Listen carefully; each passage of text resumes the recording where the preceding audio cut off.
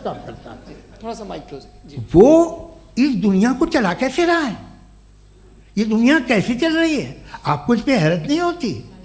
या क़यामत के बाद कभी एक जस्टिस होगा, जब ये बच्चा मर चुका होगा जिसकी धज्जियाँ उड़ गई बम से, इसको इंसाफ मिलेगा तब। अच्छा अब जवाब दूं? हाँ जी, दीजिए। मैं वही इसीलिए आप ही की तरफ आ रहा था। सबसे पहले आपने रेवलेशन और स्क्रिप्चर्स की बात की, इस पे मैं बात कर सकता हूँ लेकिन आज नहीं करूंगा चूंकि वक्त कम है, कभी और इस पे डिस्कस करेंगे। मैं तैयार हूँ उस पे भी बात करने के लिए। ये क्योंकि अभी हमारा से topic- राउंड 2 की भूमिका तय हो रही है। Does God exist round 2? जी चूंकि आज गॉड के एग्जिस्टेंस पे बात है तो मैं उसी के रिलेटेड जो है आपके सवालात को एंटरटेन भी करूंगा और मैं भी पूछूंगा। आपने कहा कि आपने साबित ही नहीं किया, जबकि आर्ग्यूमेंट ऑफ कॉन्टिंजेंसी बुनियादी आर्ग्यूमेंट है। आप मुझे कॉन्टिजेंसी का मतलब बताइए, आपका मतलब क्या कॉन्टिजेंसी? कॉन्टिंजेंसी का मतलब यह हुआ कि हर वो वजूद जो किसी भी चीज का पाबंद है, हर वो वजूद या हर वो चीज जो अपने एग्जिस्टेंस में किसी भी चीज के पाबंद है और उससे बाउंड है, उसको उसकी ज़रूरत है, उस पर डिपेंड करती है, तो जाहिर सी बात है कि उसका कोई ना कोई कॉज होता है। ये तो अक्ल की बात है, ये आप रीजनिंग की बात करते हैं, मैं वही कर रहा हूँ। दूसरी चीज़ आपने ये बात कही कि इतने बिलियन लाइट ईयर्स दूर है, उसका मेरा क्या लेना देना। फिर मेरे ख्याल से आपको ये नहीं कहना चाहिए I think therefore I am an atheist. आपको सोचना चाहिए, सिर्फ आप एक लिमिटेड दायरे में रहकर नहीं सोचें बल्कि बाहर निकलकर सोचें।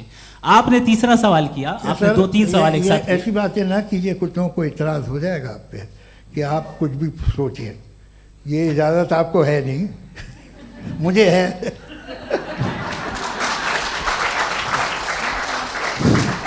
जी आपने प्रॉब्लम ऑफ इविल के ताल्लुक से सवाल किया और बार बार आप एक लफ्ज रिपीट कर रहे हैं कि ओमनीपोटेंट गॉड है, ऑल पावरफुल गॉड है। यही तो दरअसल समझना है कि गॉड का कॉन्सेप्ट क्या है। प्रॉब्लम ऑफ इविल जो है, प्रॉब्लम ऑफ इविल दर हकीकत 2 असम्पशंस पर कायम है। अगर आप इन 2 असम्पशंस को समझ जाएं तो ये प्रॉब्लम नहीं रहेगी, आर्ग्यूमेंट आपको समझ में आ जाएगी कि ये कोलैप्स कर जाता है। पॉइंट नंबर 1, यानी जो आपका सबसे पहला फॉल्स असम्पशन है कि गॉड मर्सीफुल है, ओमनीपोटेंट है, दुनिया में जुल्म हो रहा है। लेकिन आपको यह समझना चाहिए कि हमारे वर्ल्ड व्यू के मुताबिक गॉड सिर्फ ओमनीपोटेंट और सिर्फ मर्सीफुल नहीं है, बल्कि वो ऑल वाइज भी है और वो ऑल नोइंग भी है। उसके हर काम के पीछे हिकमत और विजडम है। ये कोई जरूरी नहीं है कि वो हिकमत और विजडम आपको समझ में आए या मुझे समझ में आए।